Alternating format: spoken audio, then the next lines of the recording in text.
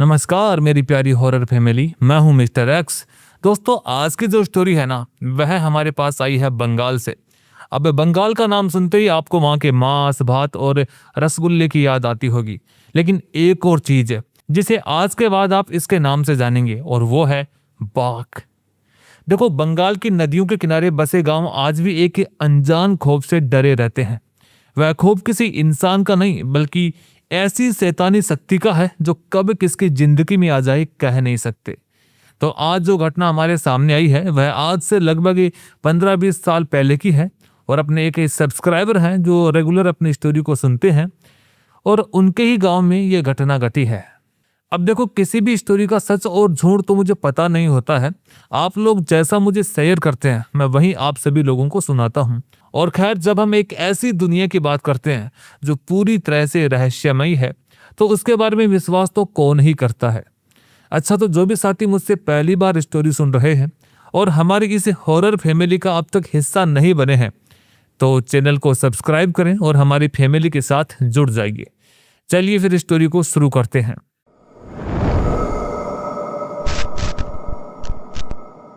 ये स्टोरी है बंगाल के नदी किनारे बसे एक छोटे से गांव की।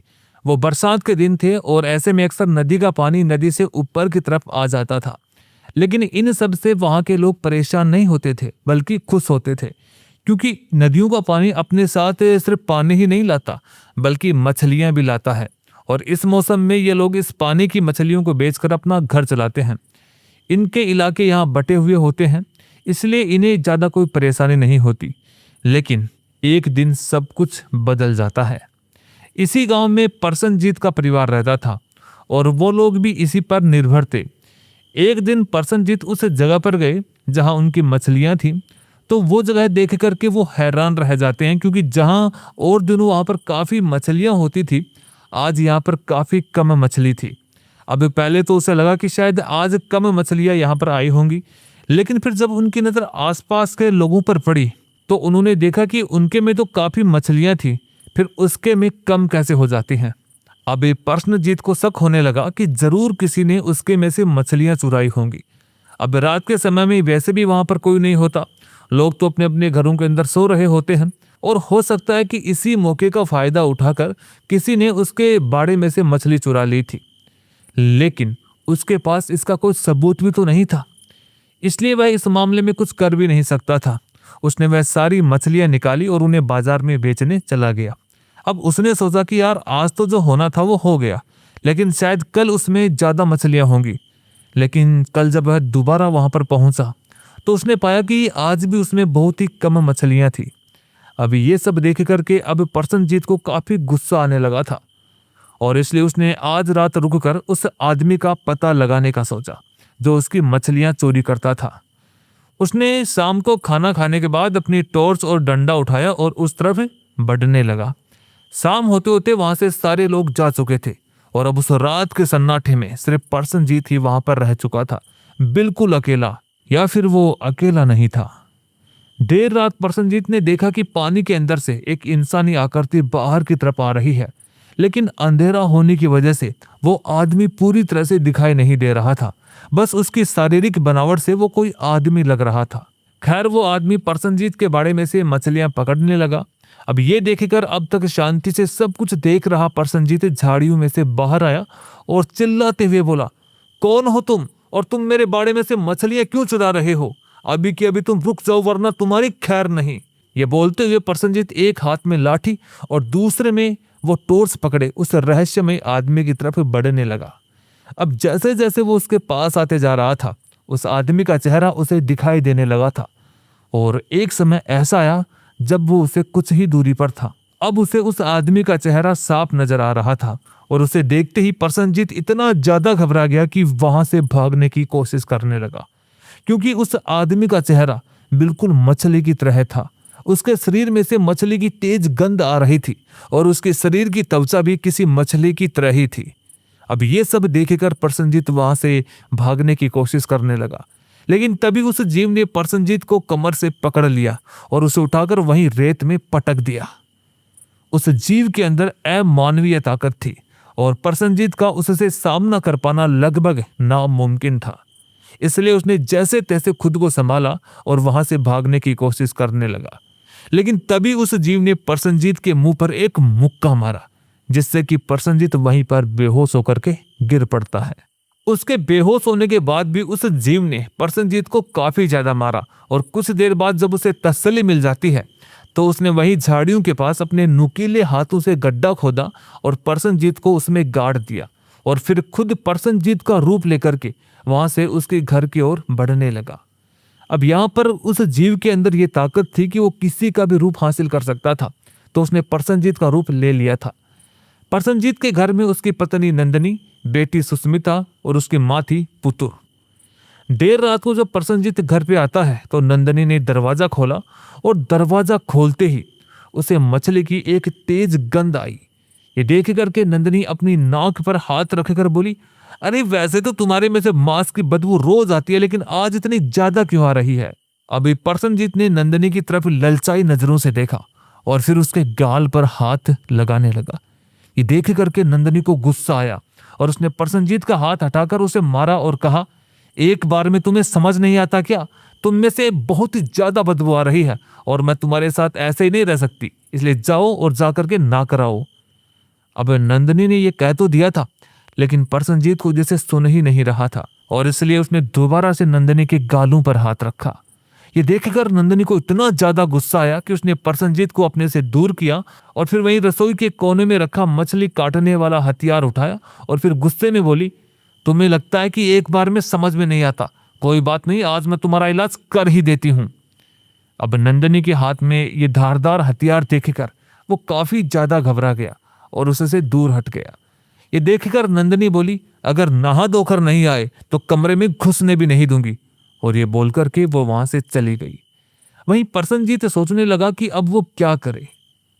नंदिनी के हाथ में धारदार हथियार देखकर प्रसन्नजीत की नंदिनी के पास जाने की हिम्मत ही नहीं हो रही थी और इसलिए अब वो अपने शिकार के लिए घर में टहलने लगा और टहलते टहलते वो उस तरफ आ गया जहां उसकी माँ सो रही थी। वो अपनी माँ के पास बैठा और अब इससे पहले कि वो कुछ करता उसकी माँ उठ बैठी। उन्हें ऐसे अचानक से उठता देखेकर अब इससे पहले कि वो कुछ समझ पाता, पुत्र ने अपने पास रखा डंडा उठाया और हट हट करके प्रसन्नजीत को डंडू से मारना शुरू कर दिया। अब कुछ डंडे तो उसे ऐसी जगह पर पड़े थे जिससे प्रसन्नजीत को काफी ज्यादा तकलीफ हो रही थी, इसलिए वह उनसे दूर हट गया। दोस्तों, यहाँ पर आप लोगों को एक बात बता दूं तो नंदिनी काफी गुस्सैल स्वभाव की थी और उसे छोटी छोटी बात पर बहुत जल्दी गुस्सा आ जाता था। वहीं पुतुर जी को नींद में चलने की आदत थी और उन्होंने प्रसन्नजीत के साथ जो अभी अभी किया ना, वो नींद में ही किया था। खैर, वह बहरूपिया यहाँ पर प्रसन्नजीत के परिवार का शिकार करने आया था, लेकिन यहाँ पर उसके परिवार वाले इसके साथ जो हाथापाई कर रहे थे ना, उसकी वजह से उसने यहाँ से निकलकर जाना ही सही समझा और अब वो वहां से निकलकर गांव की सुनसान गलियों में टहलने लगा। वो जीव प्रसन्नजीत का रूप लेकर गांव के किसी ऐसे घर की तलाश में था जो कि खुला हो, ताकि वह उसके अंदर जा सके और लोगों का शिकार कर सके, लेकिन उसे फिलहाल तो कोई ऐसा घर मिल ही नहीं रहा था। इन्हीं सब के दौरान उसकी नजर एक घर पर पड़ी। उस घर की दीवार ज्यादा ऊंची नहीं थी और इसलिए उसने दीवार फांदकर उस घर के अंदर घुसने का सोचा। वो वहां से उस दीवार पर चढ़ा ही था, लेकिन अंधेरे की वजह से उसने यह नहीं देखा कि दीवार के ऊपर कांच बिछे हुए थे और गाँव में उस जमाने में लोग ऐसे दीवारों के ऊपर कांच बिछा करके रखा करते थे। अब वो कांच उसे जगह जगह पर लग चुके थे और यह सब इतनी जल्दी में हुआ कि वह संभल ही नहीं पाया और वो उस दीवार से नीचे की तरफ गिर पड़ा। उसने अपने आप को संभाला ताकि वो आवाज ना कर पाए, क्योंकि उसे पता था कि अगर उसने आवाज की तो सब लोग वहां पर आ जाएंगे और फिर वो कुछ भी नहीं कर पाएगा। वह अपने आप को संभालते हुए वहां से निकलने की कोशिश कर रहा था कि तभी अचानक उसके पैर वहीं पर रुक जाते हैं, क्योंकि उसने देखा कि सामने की तरफ ही कुत्तों का एक झुंड खड़ा था और वो फाड़ खाने वाली निगाहों से उसे ही देख रहे थे। उस जीव की मछली जैसी गंध उन कुत्तों को अपनी तरफ अट्रैक्ट कर रही थी और वो किसी भी समय उसे फाड़ खाने को तैयार थे। वो ये बात समझ चुका था, इसलिए वो मौका देखकर वहां से भागने लगा। इस दौरान वो कुत्ते उसके पीछे पीछे ही आ रहे थे। वह कुत्ते उसका पीछा बिल्कुल भी नहीं छोड़ रहे थे, जिसकी वजह से वो नकली प्रसन्नजीत मौका देखकर एक ऊंचे पेड़ पर चढ़ गया और अब वो वहां बैठकर उन कुत्तों के जाने का इंतजार करने लगा।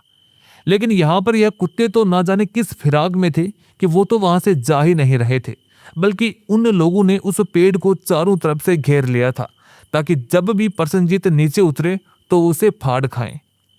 वो बहरूपिया अब ना तो वापस नदी की तरफ जा सकता था और ना नीचे उतर सकता था।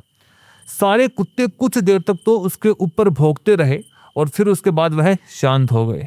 वो सारे वहीं पर बैठकर लाल टपकाते हुए उसे ही देखते रहे और यह सब सुबह तक चलता रहा। सुबह गांव के कुछ लोगों ने प्रसन्नजीत को इस तरह से देखा और फिर उन कुत्तों को जैसे तैसे वहां से बाहर निकाला, लेकिन वो कुत्ते तो अभी भी वहीं पर ही उनसे ही कुछ दूरी पर खड़े थे। अब इस सबके आश्वासन देने पर प्रसन्नजीत नीचे उतरा और सब लोग उससे पूछने लगे कि आखिर उसने आवाज क्यों नहीं दी, लेकिन प्रसन्नजीत कुछ बोला ही नहीं। वो अभी भी घबराए हुए उन कुत्तों की तरफ देख रहा था। उन लोगों ने मार मार कर कुत्तों को वहां से बाहर भगाया और फिर प्रसन्नजीत को उसके घर पर छोड़ दिया। अब उसे बाहर से आता देखकर चूल्हे पर खाना बनाती नंदनी ने फूंकनी उठाई और उसी से प्रसन्नजीत को दे मारा और गुस्से में बोली, इस आदमी से तो मैं परेशान हो चुकी हूँ। नाने को बोला तो नाया नहीं और इधर उधर घूमने निकल गया, अभी की अभी ना कराओ। अभी ये सुनकर प्रसन्नजीत ने उसे एक नजर घूरा और फिर नल के नीचे नहाने लगा। वो नहा धोकर जरूर आ गया था, लेकिन उसके शरीर में से अब भी काफी तेज मछली की दुर्गंध आ रही थी और इसलिए इस परिवार का कोई भी इंसान उसके पास नहीं जा रहा था। इस वजह से प्रसन्नजीत दोबारा से घर से निकल गया और इस बार वो डंडा लेकर के निकला था। अभी दिन का समय था और काफी सारे लोग बाहर टहल रहे थे, जिस वजह से उसके लिए अपने शिकार को ढूंढना आसान था। और अब वह किसी ऐसे की तलाश में घूमने लगा जो कि अकेला हो, और उसकी तलाश एक जगह पर जाकर के खत्म हुई जहां पर गांव की औरतें खुले में नहा रही थी। अब दिन में उस समय वहां पर किसी भी आदमी का जाना मना था, लेकिन प्रसन्नजीत का बहरूपिया इस बात से अनजान था और वो मुंह उठा करके वहां पर चला जाता है। वहां इतनी सारी औरतों में से वो किसी ऐसी को ढूंढने लगा जो कि अकेली हो और आखिरकार उसे ऐसी एक लड़की मिल ही जाती है। 16 साल की वो लड़की वहां पर अकेले आई थी और फिर नहाने धोने के बाद वो वहां से अपने घर की तरफ निकलने लगी। अब उस तालाब से आने जाने का जो रास्ता था ना, तो बीच रास्ते में थोड़ा सुनसान हो जाता था और वो बहरूपिया इस सुनसान रास्ते की आड़ में उस लड़की के साथ कुछ गलत करना चाहता था। वो रास्ता आते ही उस बहरूपिया ने उस लड़की का रास्ता रोका। उसकी आंखों में दरिंदगी साफ नजर आ रही थी, जिसे देखकर वो लड़की काफी ज्यादा घबरा गई और उसने जल्दी से नीचे झुककर मिट्टी यूं उठाई और उसकी आंखों में डाल दी। अब वो बहरूपिया इसी प्रकार के एक्शन के लिए तैयार नहीं था और आंखों में मिट्टी पड़ने से वह थोड़ा बौखला गया था और इसी मौके का फायदा उठा करके वो लड़की वापस पीछे की तरफ भागने लगी। उस बहरूपिया ने जैसे तैसे खुद को संभाला और उस लड़की के पीछे पीछे भागने लगा, क्योंकि उसे पता था कि अगर उस लड़की ने किसी को उसके बारे में बता दिया तो उसकी खैर नहीं, और इसलिए अब वो उसके पीछे पीछे आ रहा था। अब यहाँ किस्मत से वो तालाब यहाँ से ज्यादा दूरी पर नहीं था और वो लड़की वापस तालाब पर आ गई, जहां अभी फिलहाल में 25-30 औरतें नहा रही थी।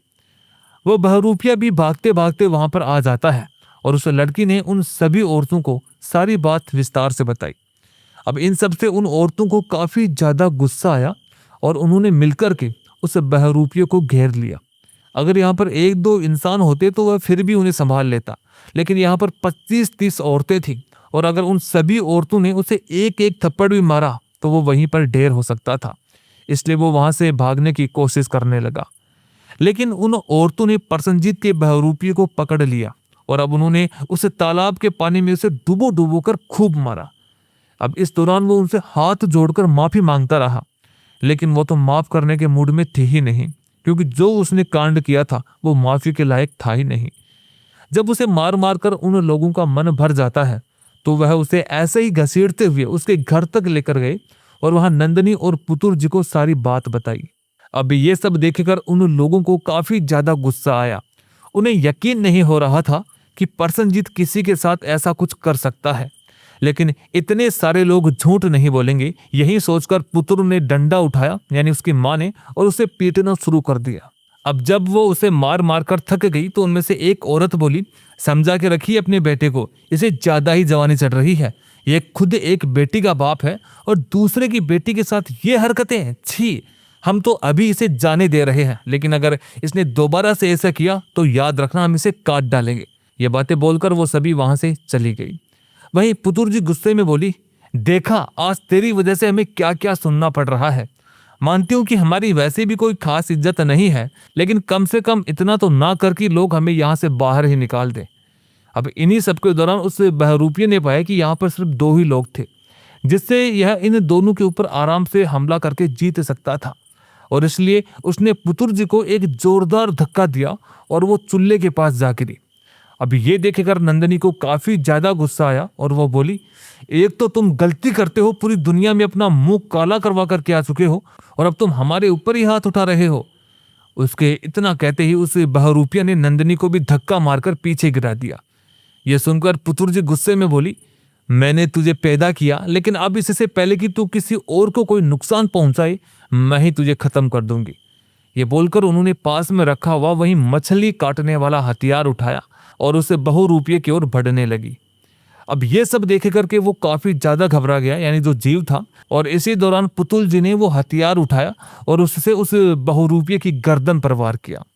वो बहरूपिया झुक गया जिससे कि वो उस वार से बच जाता है, लेकिन अब पुतुल जी दूसरे वार के लिए तैयार थी और इस वार से वो बहरूपिया बच ना सका और उसके हाथों में थोड़ा सा कट लग गया। अब ये सब देखकर उस बहुरूपिये को समझ में आ चुका था कि यहाँ पर ज्यादा समय तक रहना खतरनाक हो सकता है, इसलिए उसने वहां से भागने की कोशिश की। लेकिन तभी नंदिनी दूसरा हथियार लेकर उसके सामने आ गई और अब वह दोनों तरफ से घिर चुका था, और इसलिए उसने हाथ जोड़कर अपने किए की माफी मांगी। ये देखकर नंदिनी बोली, इन्हें एक मौका दे देते हैं, लेकिन जब तक हमें तसल्ली ना हो जाए इन्हें खुला नहीं छोड़ेंगे। अब पुत्र जी को भी यह बात सही लगी और अब उन दोनों ने पड़ोसियों को बुलवा करके आंगन में खूंटा गाड़ा और उस बहुरूपिये को उससे बांध दिया। शिकार करने आया वो शिकारी अब यहाँ पर फंस चुका था। अगर वह उनके सामने वह खूंटा खोलने की कोशिश करता तो उसे बहुत मार पड़ती, इसलिए अब उसने कोशिश करनी भी छोड़ दी थी। और इसी तरह से वो दिन निकल गया। और अगले दिन जब सुबह के समय नंदिनी घर पर खाना बना रही थी तो प्रसन्नजीत का दोस्त वहां पर आया और उससे थोड़ी बातचीत करने के बाद वो बोला, अरे भाई, तेरा जो मछलियों का बाड़ा है ना वो भर चुका है, तू उसमें से मछलियां निकाल कर कब बेचेगा, और तू कल भी नहीं आया। ये सुनकर के उस बहरूपिये के मन में एक उम्मीद जगी। उसने सोचा कि वह इन मछलियों को निकालने के बहाने यहाँ से भाग सकता है, और इसलिए उसने बड़ी उम्मीद से नंदिनी की तरफ देखा। तब पुतुर जी बोली, ये कहीं नहीं जाएगा, ये यहाँ पर ऐसे ही बंधा रहेगा। अब ये सुनकर नंदिनी बोलती है, लेकिन आखिर कब तक हम इन्हें ऐसे ही बांध कर रखेंगे? आज तो जैसे तैसे खाना बन चुका है, लेकिन कल के लिए सामान भी तो चाहिएगा, और वह मछलियां बिकेंगी तभी घर में पैसा आएगा। अब ये सुनकर पुतुर जी कुछ सोचते हुए बोली, हाँ यह बात तो है, लेकिन इसे हम ऐसे खुला भी तो नहीं छोड़ सकते ना। याद है ना कल इसने क्या किया था? हम एक काम कर सकते हैं, इसके पैर जंजीरों से बांधकर उसका एक हिस्सा अपने हाथ में लेकर चलते हैं। इससे कम से कम यह हमारे पास से भाग भी नहीं पाएगा और इससे हम काम भी करवा सकते हैं। अभी ये सब सुनकर उस बहुरूपिया को काफी ज्यादा गुस्सा आ रहा था। उसके चेहरे पर गुस्सा साफ देखा भी जा सकता था, क्योंकि कहाँ तो वह इतना ज्यादा खतरनाक था और कहाँ इन लोगों ने उसे बंधुआ मजदूर बना करके रखा था। लेकिन वो उनके खिलाफ जा भी नहीं सकता था, इसलिए मजबूरन उसे उनके साथ ऐसे ही जाना पड़ रहा था। वो ऐसे ही मछलियों को समेट रहा था और आसपास के लोग उसे ऐसे बंधा हुआ देखकर बहुत सी बातें बना रहे थे। और इन्हीं सब के दौरान एक बूढ़ा सा आदमी पुतुर जी के पास आया और उसने पुतुर जी से इस तरह से प्रसन्नजीत को बांधने का कारण पूछा। तब उन्होंने विस्तार से पूरी स्टोरी बताई तो वो आदमी बोला, कमाल है प्रसन्नजीत, पहले तो ऐसा नहीं था, तो अचानक से क्या हो गया और यह कुछ बोल भी नहीं रहा। तब पुतुर जी बोली, क्या पता इसे क्या हुआ है, यह कल सुबह से ही बहुत ही अजीब सी हरकतें कर रहा है। कल सुबह भी यह बाहर किसी पेड़ पर चढ़ गया था, गांव वालों ने उसे किसी तरह से उतारा और फिर घर आने के बाद दोबारा से उल्टी सीधी हरकतें करने लगा, इसलिए मैंने इसे जंजीरों से ही बांध दिया। अब करके दिखाए, अब ज्यादा इसने हाथ पैर चलाए तो वहीं काट डालूंगी। वो बुजुर्ग सा आदमी प्रसन्नजीत के पास जाता है और तब उसे उसके शरीर में से बहुत ही तेज गंध आई, जिसकी वजह से उसे लगने लगा कि कुछ तो गड़बड़ है, और इसलिए उसने पुतुर्जु से भी यही कहा। लेकिन पुतुर्जु ने फिलहाल इस तरफ ध्यान ही नहीं दिया। अब तक उस बहरूपिये ने सारी मछलियां इकट्ठी करके रख ली थी और अब वो लोग इन सारी मछली को बाजार में बेचने जा रहे थे। खैर आज उनके पास काफी ज्यादा मछलियां थी और सारी की सारी मछलियां एकदम ताजी थी और वह हाथों हाथ ही बाजार में बिक जाती हैं और आज उनके पास काफी ज्यादा पैसा भी था। अब वो पैसा लेकर के पुतुल जी खुशी खुशी घर पे आ रही थी, लेकिन उस नकली प्रसन्नजीत के चेहरे पर तो उदासी के भाव थे। वह तो जैसे तैसे यहाँ से निकलना चाहता था, लेकिन यह लोग उसे निकलने दे तब ना। अब इन्हीं सब के दौरान शाम हो चुकी थी और उन्हें मछलियों के बाड़े वाले इलाके के पास से सारे लोग अपने अपने घरों की ओर निकलने लगे थे। और इसी दौरान वहीं मौजूद झाड़ियों में से किसी के कराहने की आवाज ने एक आदमी का ध्यान अपनी ओर खींचा। अब वो आवाज सुनकर के उस आदमी ने अपने कुछ साथियों को इकट्ठा किया और उस तरफ जाने लगा। अब वहां पर जाकर उन्होंने देखा कि मिट्टी में से कुछ तो था जो हिल रहा था। उन्होंने जब वहां की मिट्टी हटाकर देखा तो इंसानी चेहरा देखकर वह लोग काफी ज्यादा घबरा गए। उन लोगों ने बची खुची सारी मिट्टी हटाई और अब प्रसन्नजीत उनके सामने था। उसे वहां देखकर वो सारे लोग काफी ज्यादा हैरान रह गए थे, क्योंकि अभी थोड़ी देर पहले ही तो प्रसन्नजीत अपनी माँ के साथ यहीं पर मौजूद था। तो फिर अचानक से वो यहाँ पर कैसे हो सकता है और आखिर किसने उसे ऐसे गाड़ दिया। अब उन लोगों को ये समझते देर ना लगी कि प्रसन्नजीत के परिवार के साथ जो भी है ना, वह असली प्रसन्नजीत नहीं है बल्कि कोई बहरूपिया है। और अगर समय रहते उसे ना रोका गया तो वह प्रसन्नजीत के परिवार की जान भी ले सकता है। उनमें से कुछ लोग प्रसन्नजीत को लेकर उसके घर की तरफ जा रहे थे। प्रसन्नजीत को काफी चोटें आई थी, इसलिए वह ज्यादा चल भी नहीं पा रहा था और इसलिए वह लोग धीरे धीरे वहां तक जा रहे थे। और इसी दौरान कुछ लोग तेजी से प्रसन्नजीत के घर की तरफ बढ़ रहे थे ताकि वह उसे अनहोनी से इस परिवार को बचा सके। इन्हीं सब के दौरान एक आदमी की नजर पुतुल जी पर पड़ी, जो कि हाथों में जंजीर और वहीं धारदार हथियार पकड़े चल रही थी। और इसी दौरान उनके आगे वो नकली प्रसन्नजीत भी चल रहा था। अब ये सब देखकर उन्होंने पुतुल जी को रोका और उन्हें सारी बात बताई। यह सब सुनकर वह इतना ज्यादा घबरा गई कि वह जंजीर उनके हाथ से छूट गई। अब उसे बहुरूपिये के पास ये एक अच्छा खासा मौका था और वो तेजी से वहां से भागने लगा। उसका शरीर बिल्कुल मछली की तरह मुलायम था और इसलिए वो एक झटके से उस जंजीर से बाहर आ जाता है। वह यहाँ से भाग जाना चाहता था, लेकिन यहाँ से नदी अभी काफी ज्यादा दूर थी और नदी तक पहुंचने के लिए उसे यह इंसानों का इलाका पार करना था।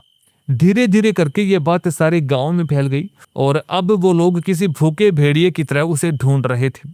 ये सब देखकर उस बहुरूपिये को काफी ज्यादा डर लग रहा था, लेकिन फिर उसने अपने दिमाग से काम लेते हुए गांव के ही किसी इंसान का रूप लिया और इधर उधर उनमें ही मिलकर के टहलने लगा। और फिर सबसे छिपते छिपाते हुए वो नदी के पास आया और फिर नदी के पानी में घुसकर वहां से गायब हो गया। जब सब लोगों ने उसे काफी ढूंढा और वो उन्हें नहीं मिला तो उन्होंने प्रसन्नजीत से पूछा कि आखिर क्या हुआ था।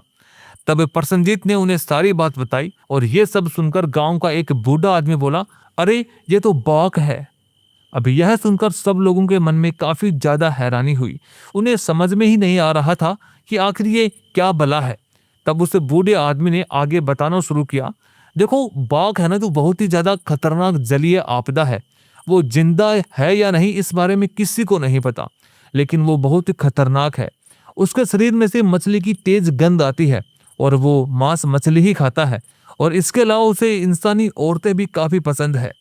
वह मछली खाकर यहाँ काम चला रहा था, लेकिन जब उसने प्रसन्नजीत को वहां देखा तो उसने उसे मारकर उसकी जगह लेने का सोचा। वह अपने मकसद में कामयाब भी हो जाता, लेकिन उल्टा तुम लोगों ने उसे मार मार करके टाइट कर दिया और अब मुझे नहीं लगता कि वो इस इलाके में दोबारा आएगा। अब ये सब सुनकर के प्रसन्नजीत बोला, अरे ये जरूरी थोड़ी ना है कि उसके साथ जो हुआ उसकी वजह से वो यहाँ दोबारा नहीं आएगा। अगर आ गया तो हमें रिस्क क्यों लेना। आप कोई रास्ता बताओ जिससे कि अगर हमारा उससे कभी दोबारा सामना भी हो जाए तो वो हमें कोई नुकसान ना पहुंचाए।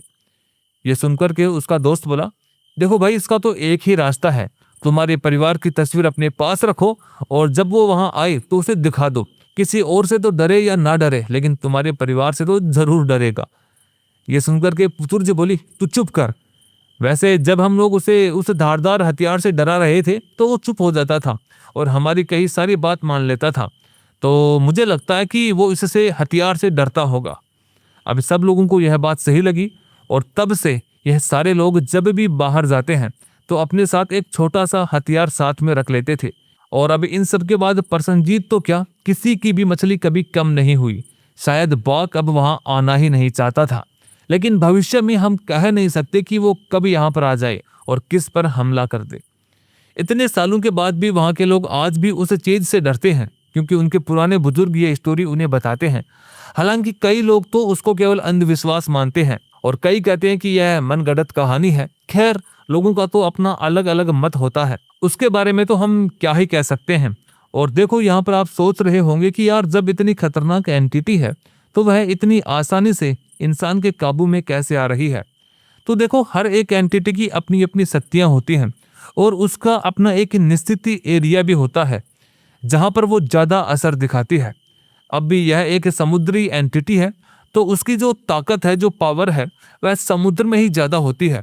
और चूंकि जब यह धरती पर थी तो यहाँ पर आसानी से अगर एक हट्टा कट्टा नौजवान इंसान हो तो वह भी उसको काबू में कर सकता है। हाँ, इसके पास कुछ शक्ति होती है, जैसे कि किसी का रूप बदल सकता है, और ऐसे ही करके वह लोगों को बेवकूफ बनाने की कोशिश करते हैं। तो उम्मीद करता हूँ स्टोरी आपको काफी अच्छी पसंद आई होगी। अच्छा, मुझे आप यह बताइए कि यह जो समुद्री जीव था, यानी कि बाघ, यह कौन से हथियार से डरता था? क्योंकि पुतुर्ज ने उसे किसी हथियार के द्वारा ही उसको काबू में किया था। तो आप हथियार का नाम बताइए, मुझे आपके जवाब का इंतजार रहेगा। तो चलिए, अब अपने कुछ साथियों को धन्यवाद करते हैं। नेहा मलिक सोनीपत से, मोहन बेंगलुरु से, निहार सिन्हा है शिलोंग से, मनोरमा आसाम से, सिमांशु गुप्ता, फिरोज खान है नेपाल से, मोहम्मद उजैफ, नाजिया है गल्फ अबू धाबी से, कीर्ति एंड मधु है जालंधर पंजाब से। आप सभी का बहुत बहुत धन्यवाद। अच्छा साथियों, मैं आपको एक बात और बताना चाहता हूँ। दरअसल अपने चैनल पर जो पुरानी स्टोरीज हैं वो धीरे धीरे कम हो रही हैं। देखो, ये कुछ ही दूसरी प्रॉब्लम है। एक बार ऐसा होने वाला है कि अपने चैनल पर जो भी पुरानी स्टोरी है जो एआई आवाज में थी, वो सभी हटने वाली है। और आप चिंता मत कीजिए, आप मुझे महीने 2 महीने का टाइम दीजिए, वो सभी स्टोरीज आपके सामने दोबारा से आ जाएगी। तब तक आप ज़्यादा पैनिक मत होना, परेशान मत होना। एक बार के लिए अपनी जो भी स्टोरी है पिछले 2 साल में जो भी थी, वो सभी गायब होने वाली हैं। तो आप उनकी टेंशन मत लेना। 2 महीने के बाद सभी चीज़ें वापस से सेट हो जाएंगी और मैं आपके लिए कुछ ऐसा इंटरेस्टिंग लेकर आऊँगा जिसे सुनकर के आप भी बहुत ज़्यादा खुश हो जाएंगे। तो बस मेरे ऊपर विश्वास बनाए रखें। आपका अपना मिस्टर एक्स।